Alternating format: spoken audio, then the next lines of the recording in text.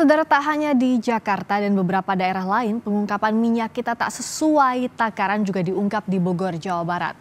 Selengkapnya kita tanyakan ke Kasat Reskrim Polres Bogor, AKP Teguh Kumara. Selamat malam, Pak Kasat Reskrim. Selamat malam, Mbak.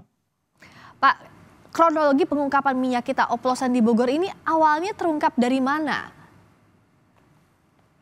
Iya, jadi awalnya pasca inspeksi atau pengecekan yang dilakukan oleh Kementerian Pertanian dan ditemukan bahwa terdapat ada penjualan atau pemasaran minyak kita yang tidak sesuai dengan harga eceran atau HET dan tidak sesuai dengan berat yang seharusnya yaitu 1 liter. Dasar itu kami mendapatkan perintah dari satuan atas dan kami di tingkat Polres khususnya di Polres Bogor melaksanakan kegiatan inspeksi tandingan dan pengecekan ke lapangan bersama-sama dengan tim Satgas Pangan Kabupaten Bogor untuk memastikan pemberitaan yang kami dapatkan di yang dilakukan oleh Kementerian Pertanian. Dan di lapangan kami mendapatkan memang kami temukan ada minyak kita yang tidak sesuai dengan berat yang seharusnya yaitu 1 liter. Kami temukan ada yang beratnya 700, ada yang beratnya 750, kisaran 700 sampai 800 mililiter. Oh, Oleh karena itu kami mendalami dan menelusuri sehingga kami mendapatkan informasi bahwa barang-barang atau minyak goreng merek minyak kita yang tidak sesuai dengan aturan tersebut, produsennya atau tempat repackingnya terdapat di Bogor. Dan kami mendatangi TKP dan memang benar kami dapatkan di sana ada kegiatan repacking yang tidak sesuai dengan aturan. oke. Jadi repacking itu mengutip dari yang harusnya 1 liter diambil 200 sampai 250 mililiter, begitu Pak modusnya? Eh, ya, dari supplier minyak minyak diterima oleh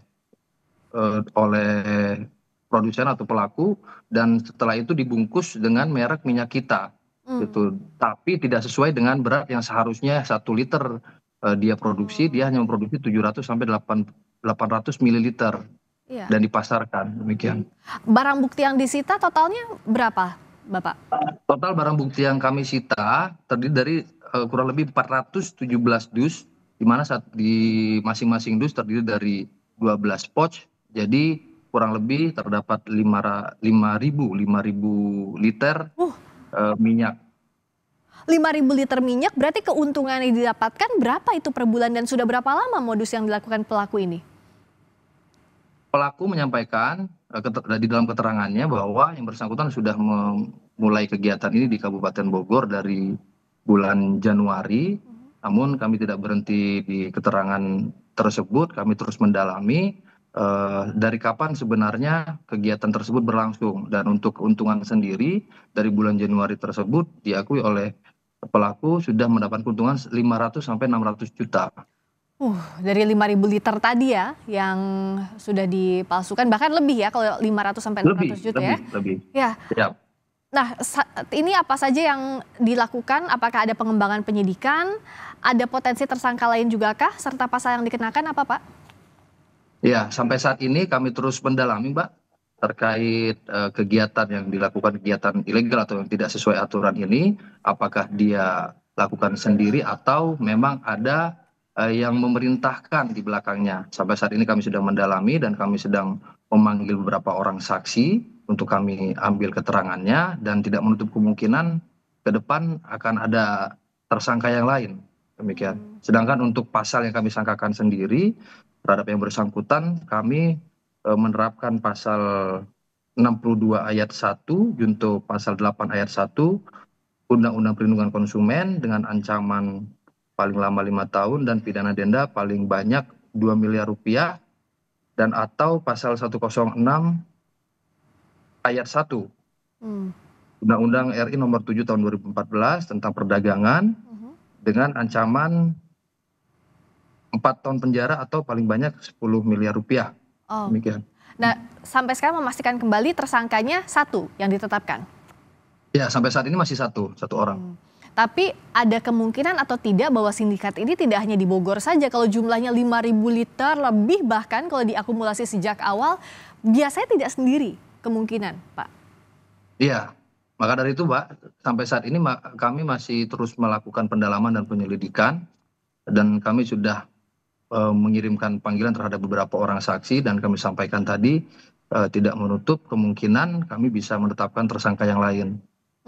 Kalau tersangka masih kemungkinan bertambah, tapi di sisi konsumen seperti apa? Apakah ada razia atau penarikan produk misalnya? Karena kan pasti kalau sudah disalurkan dari produsen ini sudah menyebar ke warung, ke pasar, ke berbagai tempat. Iya, sampai saat ini kami terus berkoordinasi, terutama Satgas Pangan Kabupaten Bogor. Kami Polres Bogor berkoordinasi dengan dinas terkait, dinas perdagangan dan dinas yang lainnya, dan dengan kejaksaan juga serta dengan TNI untuk setiap hari terus rutin dan meningkatkan lagi kegiatan pengecekan ke lapangan di pasar-pasar dan di pengecer kecil terkait penyebaran minyak kita yang tidak sesuai aturan ini, dan diharapkan ke depannya juga minyak yang diedarkan yang tidak sesuai aturan bisa berhenti diedarkan. Oke. Ya. Dan pengawasan ini terus berlangsung selama proses penyidikan juga dilakukan oleh Polri ya Pak ya? Betul. Dan apakah sudah ada informasi di mana-mana saja yang utamanya disalurkan oleh produsen ini Pak? Apakah di pengecer atau di warung-warung kecil? Ya, untuk pelaku yang kami amankan sendiri dan yang terjadi di Kabupaten Bogor, dia atau yang bersangkutan sudah memasarkan minyak kita tersebut di seputaran Jabodetabek, bahkan sudah ada yang sampai pemasarannya sampai ke Lampung. Wah, berarti harus diusut tuntas karena sudah luas penyebarannya agar masyarakat tidak semakin dirugikan dengan tindakan pelaku ini, termasuk juga siapa-siapa lagi yang kemungkinan jadi tersangka dalam oplosan minyak kita ini. Terima kasih atas waktunya Kasat Reskrim Polres Bogor AKP Teguh Kumara. Terima kasih.